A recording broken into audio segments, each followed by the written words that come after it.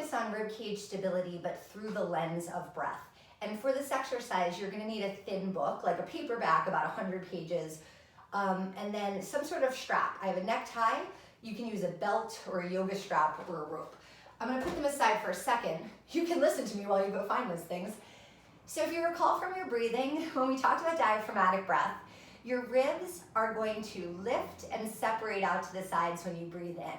So that container in your chest gets larger for your lungs to expand. And then when you exhale, your ribs are gonna come together and down, drawing back in towards your midline to help squeeze the air out of your body.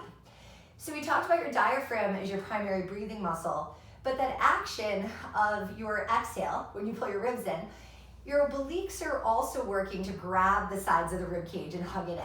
So your obliques are running kind of diagonally like pockets between your ribs and hips, and other fibers are running diagonally like backwards pockets.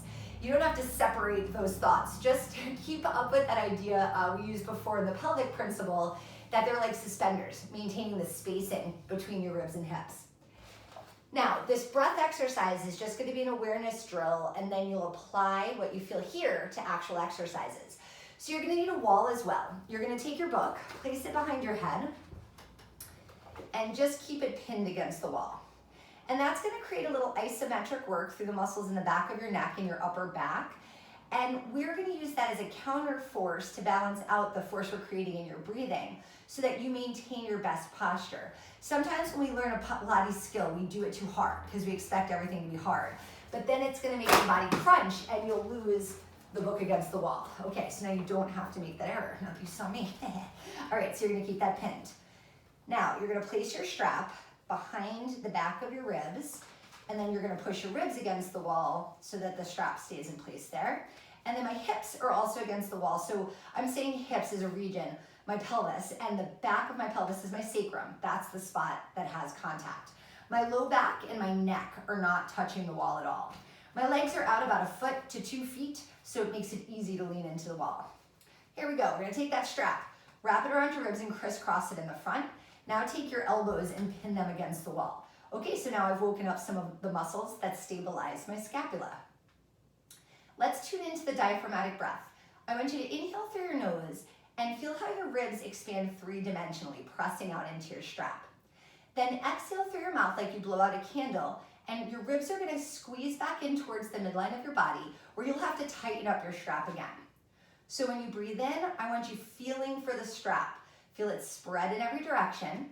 And then as you exhale, pretend your ribs were running away from the strap, and then you have to tighten with your arms to come back to that tone. Do 3 more cycles of that. So this is helping us balance forces. The movement of the breath you're experiencing is laterally. We're expanding out to the sides and pulling back in, but you're maintaining the long tone of your posture, your head reaching away from your hips, without compressing or contorting any part like I talked about before. Okay, so now when you go back to the Pilates exercises, and you can pretend I'm laying on a mat right now, I'm trying to keep the 3 masses, the hips, the ribs, and the head in line with each other.